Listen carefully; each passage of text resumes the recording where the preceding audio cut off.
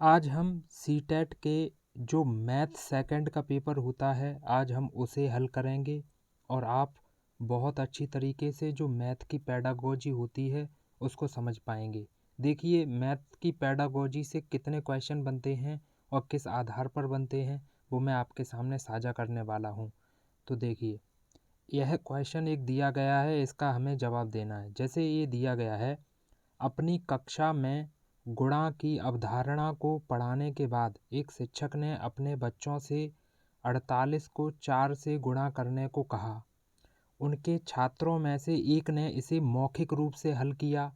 48 को 4 से गुणा करने के लिए हम पहले 48 में 48 जोड़ते हैं जिससे 96 बनता है और फिर 96 और 96 को जोड़ते हैं तो 192 बनता है।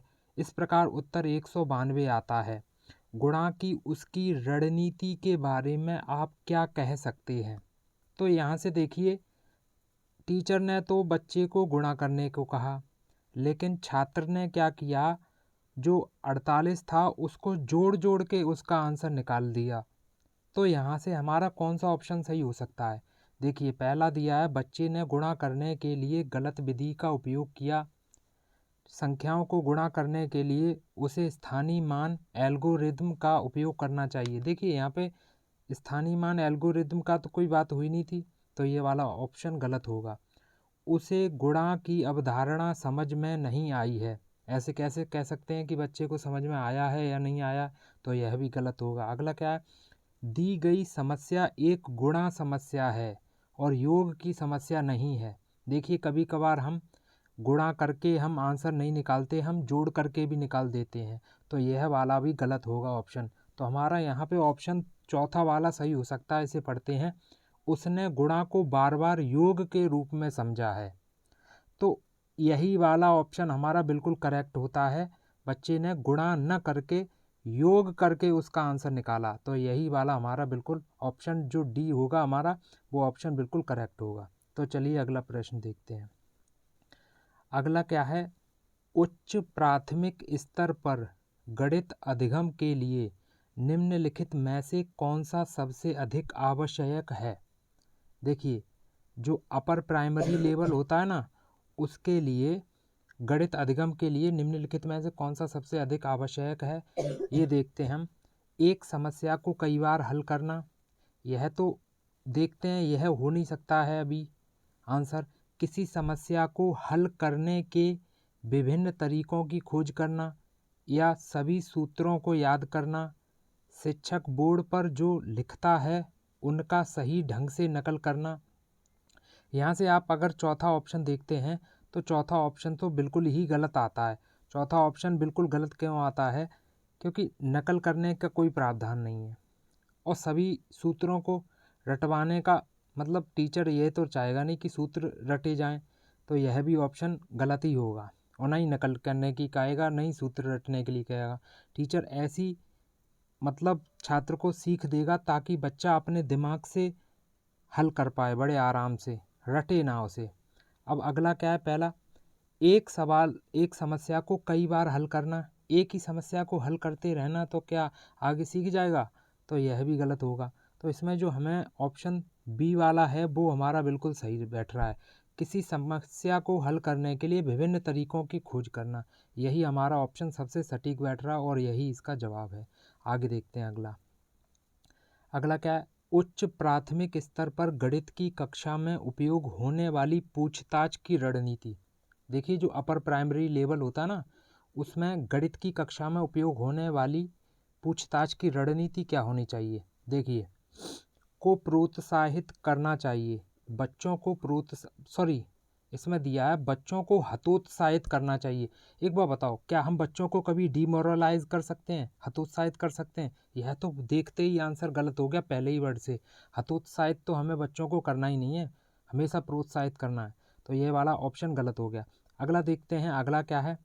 अगला आपने देखना है यहाँ पे, कक्षा को कोलाहलपूर्ण बनाती है क्योंकि बच्चे बहुत ज़्यादा बातें करेंगे।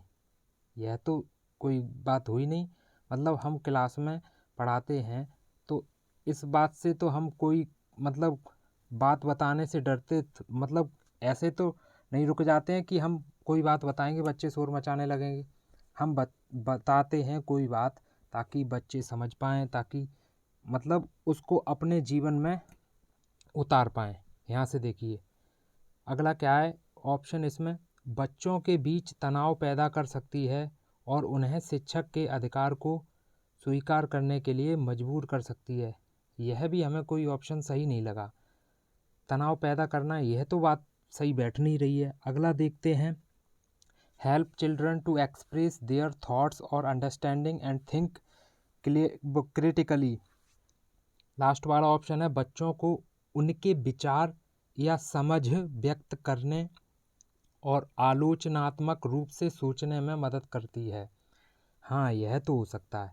हम मैथ पढ़ाते हैं ना, तो मैथ में पढ़ाने के दौरान हम क्या सोचते हैं, बच्चों को उनके विचार या समझ व्यक्त करने के लिए और आलोचनात्मक रूप से सोचने में मदद करेगी, वही बात बताते हैं। तो हमारा ऑप्शन नंबर डी सही हो गया। अब यहाँ से देखते हैं अगला क्वेश्चन। बहुत बढ़िया प्रश्न है, ये परीक्षा में पूछे जाएंगे तो इस प्रकार के प्रश्न ही आएंगे। तो आप अपनी पढ़ाने की जो पद्धति है उससे संबंधित यहाँ पे अपनी समझ से इन प्रश्नों के जवाब दे सकते हैं।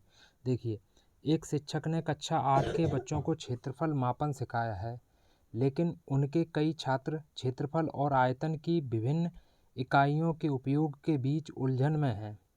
ठीक है, बच्चों में इस तरह के भ्रम का कारण क्या हो सकता है। देखिए, कभी कभार हम बच्चों को क्षेत्रफल और आयतन मापना सिखा देते हैं, लेकिन वो यही नहीं पता कर पाते हैं कि आयतन होता क्या है और क्षेत्रफल क्या होता है और उनको किस किस इकाइयों में हम नापते हैं। तो देखिए, इस ऑप्शन में कौन सा जो कारण है जो भ्रम पैदा करता है कि वो आयतन और क्षेत्रफल के बारे में न जान पाते हैं। देखिए, बच्चों को क्षेत्रफल की इकाइयों का उपयोग करना नहीं आता, यह तो गलत बात है। यह हो नहीं सकता, यह हो नहीं सकता है, ये गलत बात है ये ऑप्शन। देखिए, बच्चों ने विभिन्न इकाइयों को याद नहीं किया था, यह भी सही नहीं बैठ रहा है। ऐसा तो है नहीं कि वो अगर याद कर लेंगे तो उनको आ जाएगा। कभी कभार ऐसा होता है, हम अच्छी तरीके से ना समझा पाते हैं तो बच्चे भी नहीं समझ पाते हैं। सबसे पहली जो प्राथमिकता होती है वो टीचर की ये होती है कि इस तरीके से समझाया जाए ताकि जो बच्चा है उसको हर एक बात को अच्छी तरीके से समझने में सहायता मिले। आगे देखते हैं, अलग अलग इकाइयों को उनके दैनिक जीवन से संबंधित किए बिना सभी को एक साथ बताया गया है। देखिए, हम कभी भी कोई भी चीज़ समझाते हैं तो उनकी जो डेली लाइफ में जो घटनाएं घटित होती हैं उससे रिलेटेड, उससे संबंधित करके हम उसको समझाते हैं। और ये लास्ट वाला ऑप्शन है, कक्षा 8 के विद्यार्थियों के लिए क्षेत्रफल मापन की अवधारणा एक कठिन विषय है। तो यह तो देखते ही आपका गलत है। गणित कठिन थोड़ी नहीं हो सकता है। आप एक शिक्षक के रूप में क्लास में खड़े हैं तो आपकी यह जिम्मेदारी बनती है कि आप गणित को इस प्रकार से पढ़ाएं, मतलब दैनिक जीवन से संबंधित करके, ताकि बच्चा बिल्कुल आसानी से सीख सके।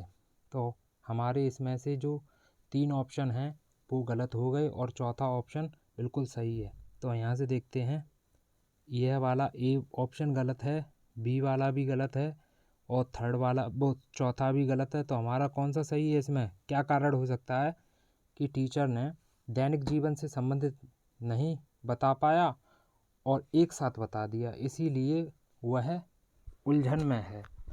तो आई थिंक ये आपको समझ में आए होंगे। पूरा देखने के लिए धन्यवाद। इस प्रकार से हम आपको रोज़ प्रोवाइड कराते रहेंगे। तो चैनल सब्सक्राइब नहीं किया, कृपया चैनल को सब्सक्राइब कर लें और घंटी पर मतलब आप क्लिक कर दें और ऑल पर क्लिक करना ताकि नोटिफिकेशन आप तक पहुंच सके। Thank you, thanks a lot. जय हिंद, जय भारत।